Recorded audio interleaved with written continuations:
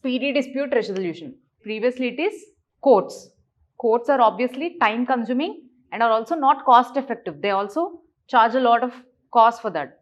But now that in this act, commissioners are appointed. Okay, commissioners are appointed by state government. We'll read about it, but remember that also. Commissioners are being appointed by state government. So instead of civil court, we have commissioner. He is a quasi-judicial authority.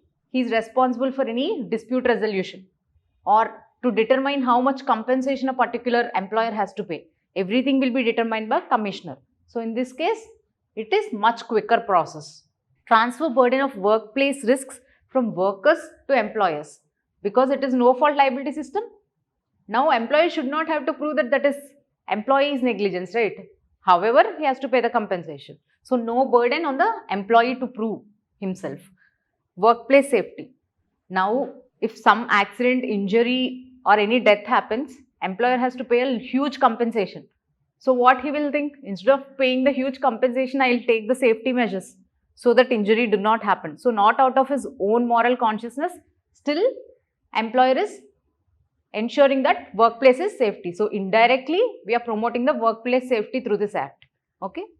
These are the main objectives of the act. Applicability. So whenever we read each and every act, it is very important to know the applicability and scope. That is, to who all it is applicable, and at the same time you have to remember exclusions, because exclusions help you to eliminate the options in a question.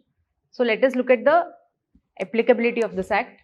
Applies to wide range of industries, including all the factories, mines, plantations, mechanically propelled vehicles, construction work and other hazardous occupations as specified in Schedule 2.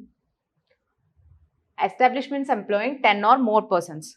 So basically, in all these occupations, if more than 10 persons are there, we have schedules in every act mostly. Each schedule contains list of something or the other. You should be able to remember all the schedules and the content in the schedule. So here he says in Schedule 2 of this act, we'll read it at the end of the lecture. In Schedule 2, there are certain employments that are mentioned. So to all those employments also, this particular act applies to. And covered employees, look at it, it covers all type of workers. Be it a full-time worker, a part-time worker is injured, even then you have to pay, or a temporary worker, or even a casual worker. What kind of worker doesn't matter. All kinds of workers are covered in this particular act.